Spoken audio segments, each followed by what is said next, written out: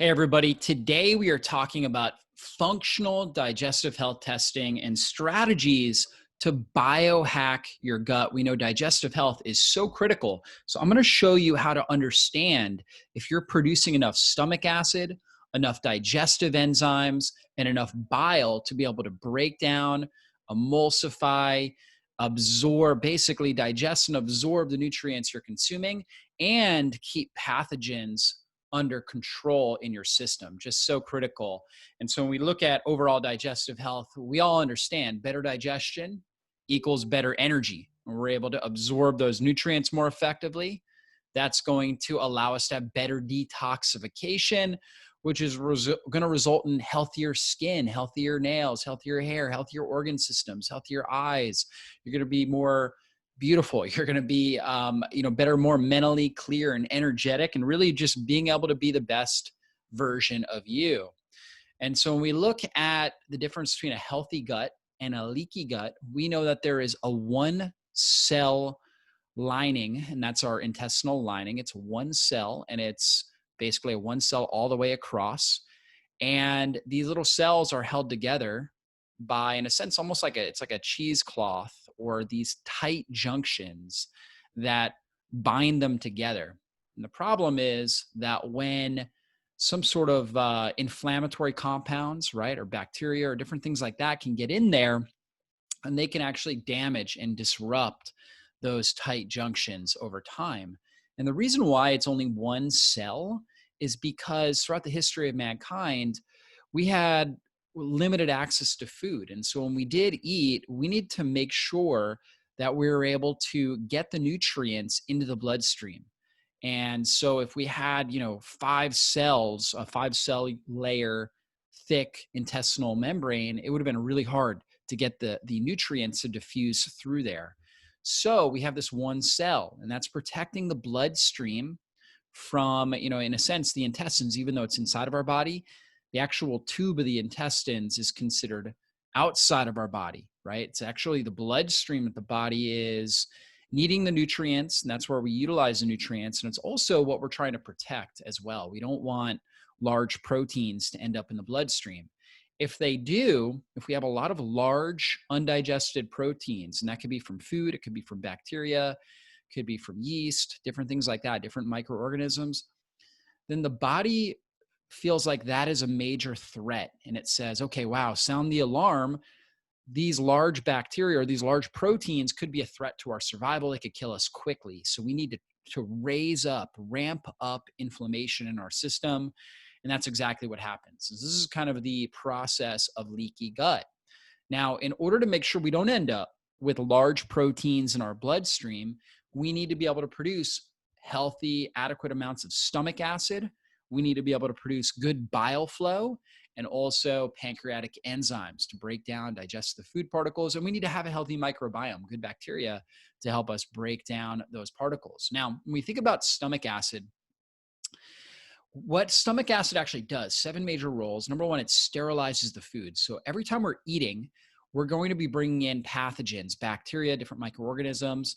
The acid itself is a sterilization agent. Most of the bacteria, there are some bacteria that love acid, like you think about lactobacillus, it's an acid lover, but most bacteria hate acid, and so this will destroy them. And so it sterilizes the food that we're taking in. It also is key for protein digestion. It starts to break down those tough proteins and starts that digestive process. It also activates something called pepsin, which is an enzyme that's really good for cleaving and breaking down proteins and breaking them down into amino acids. And amino acids are critical for all functions of life. So we've got to have this good acid to be able to digest it. It also activates intrinsic factor. And intrinsic factor is a protein that helps us absorb vitamin B12. If you're not producing enough stomach acid, you are at high risk for a vitamin B12 deficiency because you're not going to be able to activate intrinsic factor effectively.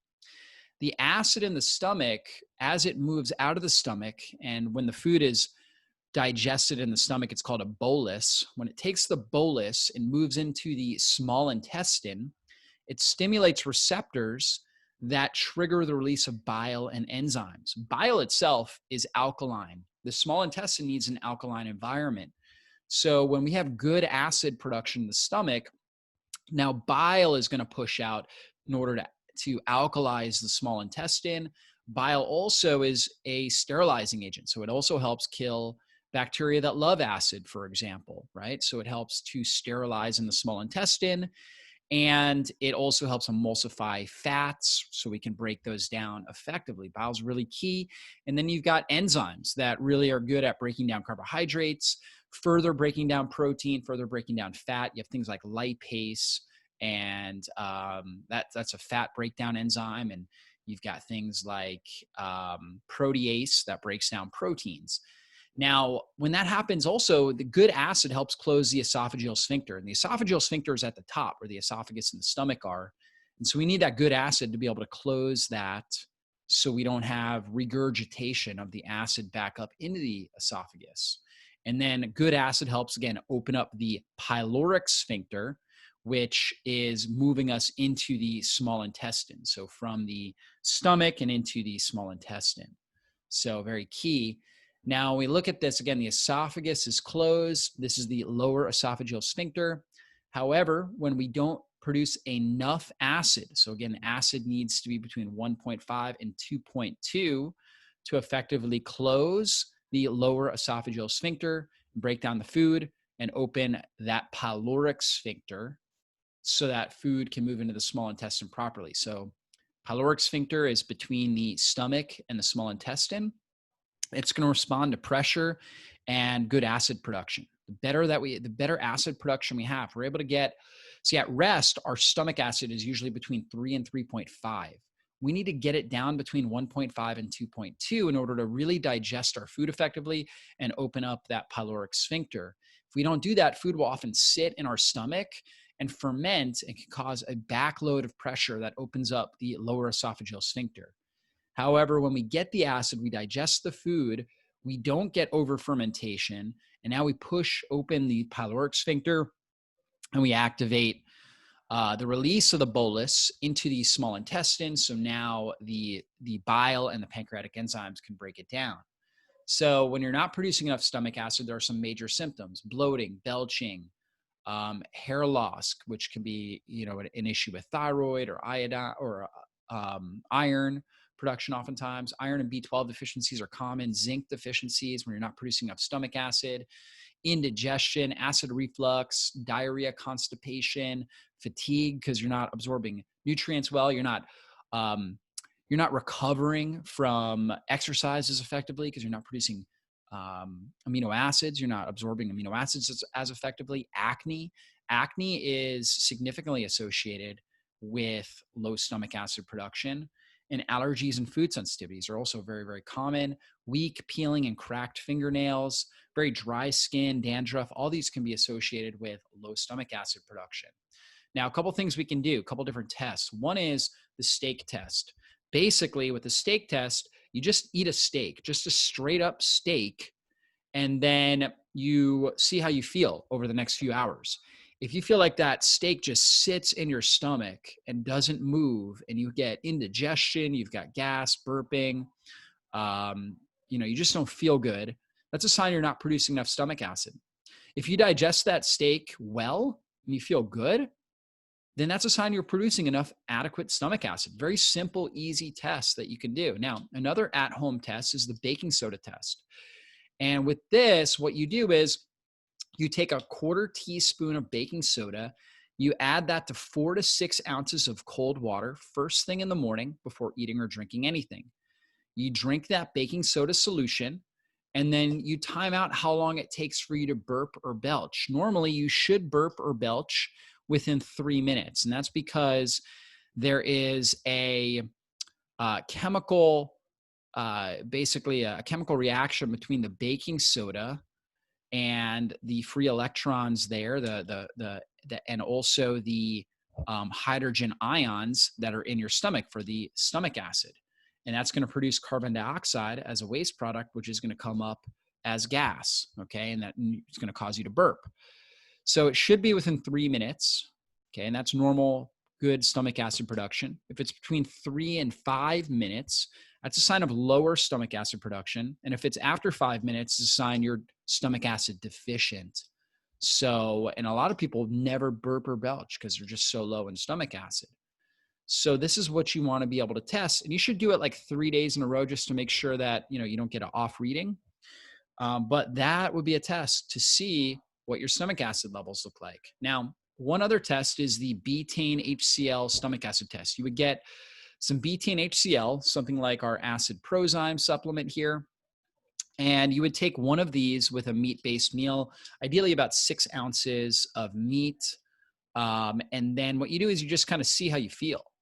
If you notice that when you take this, you have an increase in indigestion, belching, heartburn, things like that, it's a sign you're probably producing enough stomach acid.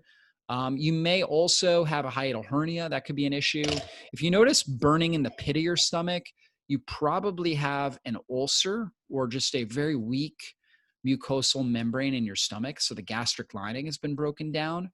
Then you definitely wouldn't want to take Betaine HCl right away. It would be better to take things like DGL, deglycerinated licorice root, aloe vera, L-glutamine, things like that can really, really help to support. Marshmallow root is another good one. Slippery elm. Those things help support the mucosal membrane. So you want to make sure you don't have an ulcer. But, and if you're thinking you may, then don't do this test. Like if you've had a history of taking NSAIDs, non-steroidal anti-inflammatory medications, you've taken high dosages, or somebody's told you had a stomach ulcer, then, don't do the Betaine HCl challenge test. However, if you don't have those issues, then adding this in trying this out, I should say, can be really helpful.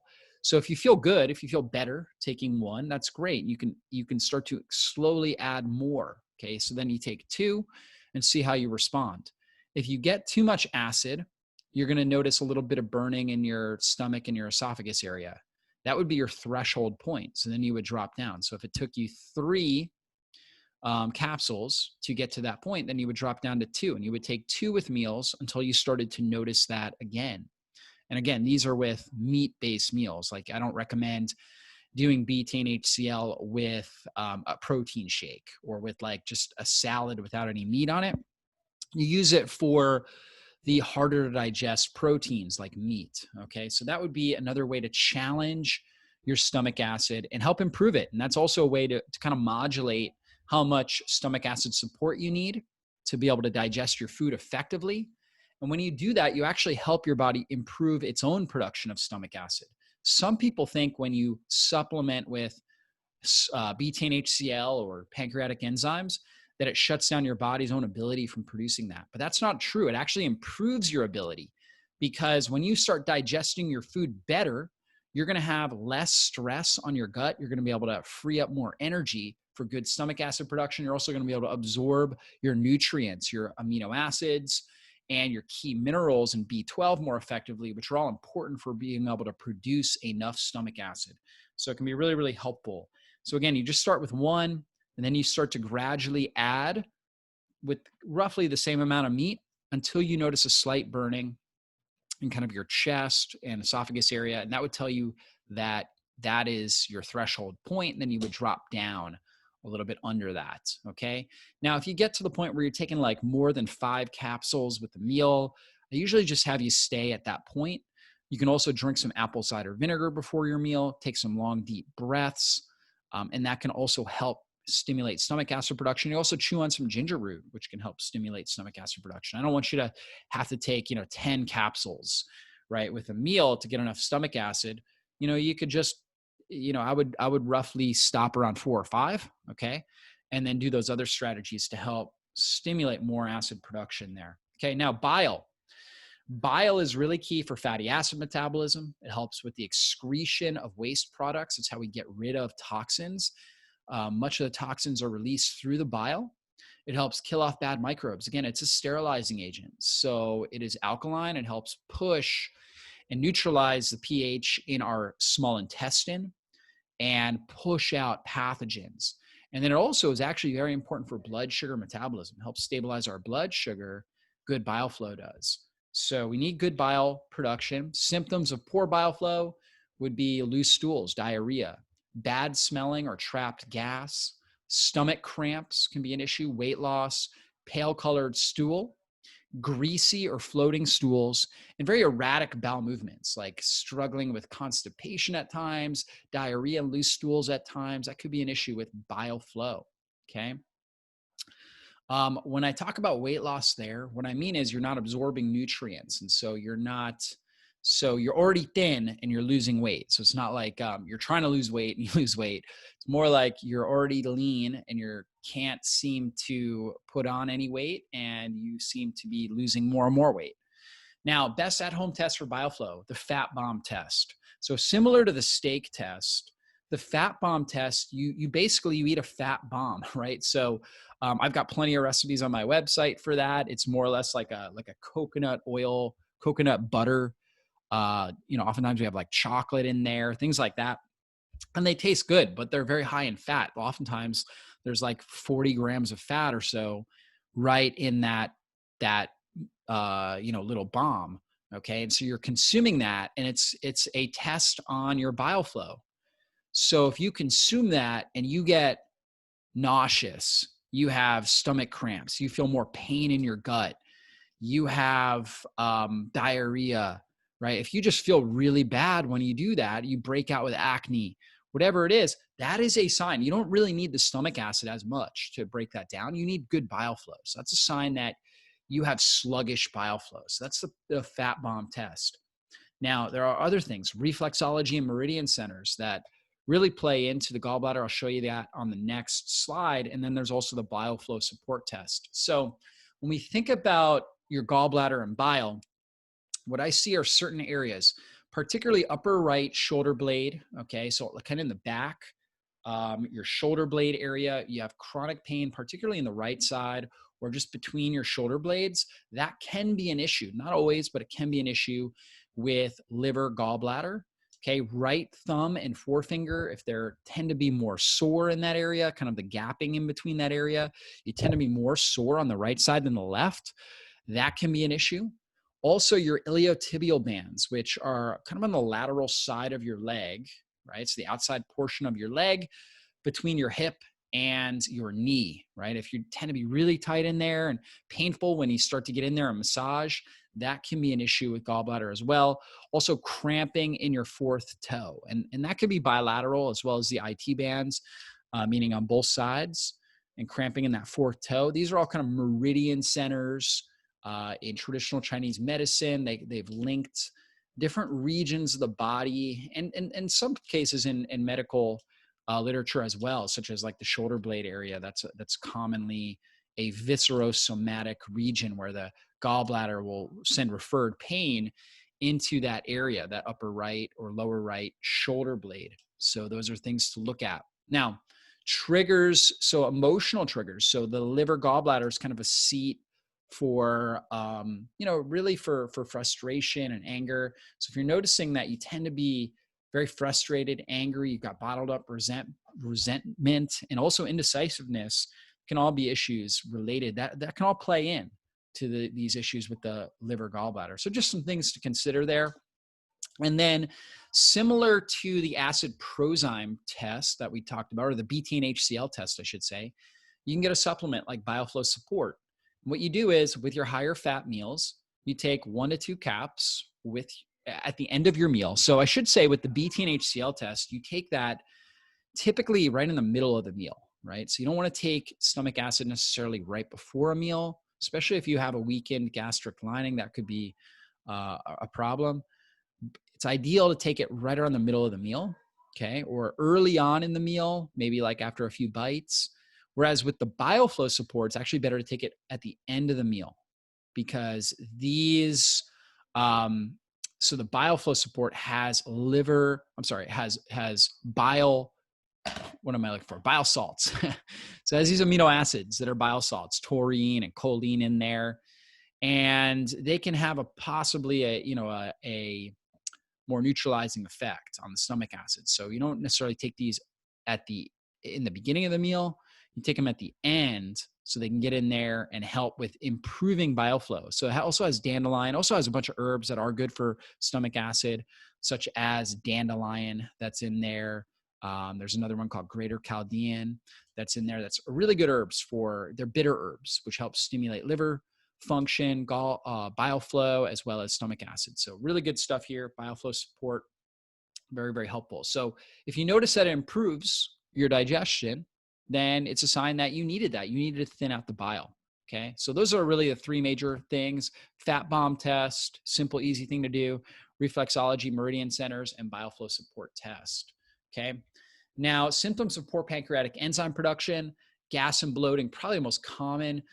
Just feeling like you've got this gas and bloating, right, in the kind of the middle of your gut area. It's not that you're necessarily having burping. Burping is usually more associated with stomach acid, but you've got this gas, bloating, diarrhea, constipation, abdominal cramping. Also, poor tolerance to high fiber foods and high FODMAP foods. And FODMAP foods are going to be healthy foods that tend to be higher in fermentable carbohydrates, things like broccoli, cauliflower, onions, garlic, beans. That's another really common one. Avocados are a common one. So those foods, which are normally healthy foods, but your body tend to produce a lot of gas and cramping when you consume those, that's a sign you're not producing enough pancreatic enzymes, and you probably have bacterial overgrowth in your small intestines. You may also not be producing enough bile and stomach acid, but it's kind of a combination of those things. Now, one thing you can do, just like the fat bomb test, just like the steak test, you do the broccoli test. So you can lightly steam some broccoli or do it raw and just eat a bunch of broccoli, okay, a whole big bowl of broccoli, and that's all you eat. And then, you could do, cauliflower, I guess, if you wanted to as well with that. But you just eat these higher FODMAP foods, and that's it. And then you see how your body responds over the next 2 to 3 hours. If you're noticing more gas, more bloating, more cramping, that's a sign. Again, bacterial overgrowth, not producing enough pancreatic enzymes. So very simple, easy tests that you can do. If you feel great, you ate the broccoli, you feel great, no problems with that. So some people feel terrible with the steak, but they feel great just eating the broccoli, right? And a lot of these people tend to gravitate towards, being a vegetarian or vegan because they don't feel good when they eat meat. They feel good when they eat the vegetables. Whereas other people feel terrible when they eat the broccoli, but they feel good when they eat the steak. And these are the people that are struggling with bacterial overgrowth, poor pancreatic enzyme production, and they tend to lean towards, more of a meat-heavy diet. And so this is kind of the way that we can help biohack some of these things. And then you can take digestive enzymes, right? So we've got one here, Super Dzyme, that you can take, and you just take, 2 capsules with those higher FODMAP types of meals like beans or cruciferous vegetables, like the kinds of things I was talking about: broccoli, cauliflower, Brussels sprouts, cabbage, stuff like that. And it will help break those things down. And if you notice that you feel better and you digest it better, it's a sign that that support was helpful for you.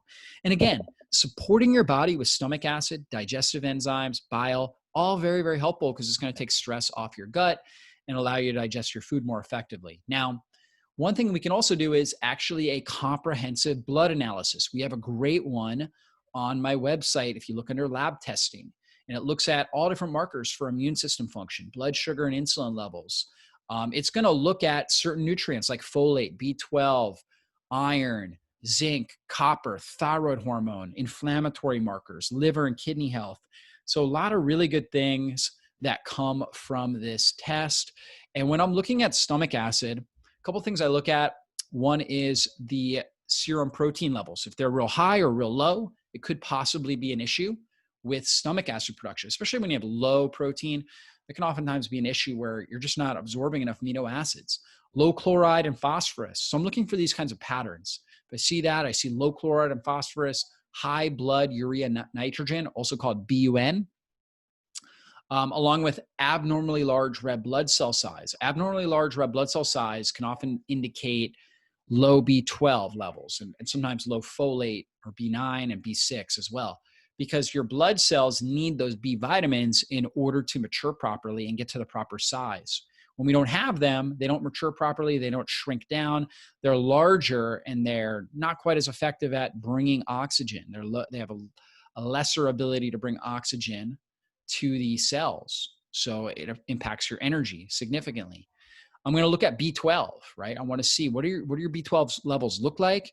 And then I also want to look at homocysteine levels, because you might have normalized B12 in your serum, but you may not be utilizing it well. And so homocysteine is a protein that tends to be very reactive. And actually, high homocysteine levels are linked with things like strokes, Alzheimer's, dementia, so issues like that. So I want to see B12 is key for helping regulate the homocysteine cycle and helping push it into glutathione, which is your body's master antioxidant. So we're going to look at that, what the levels of that are.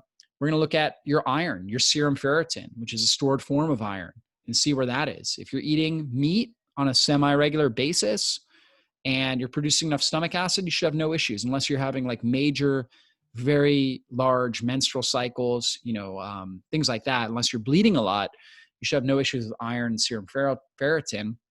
I'm also going to look at alkaline phosphatase. That can be a marker for zinc.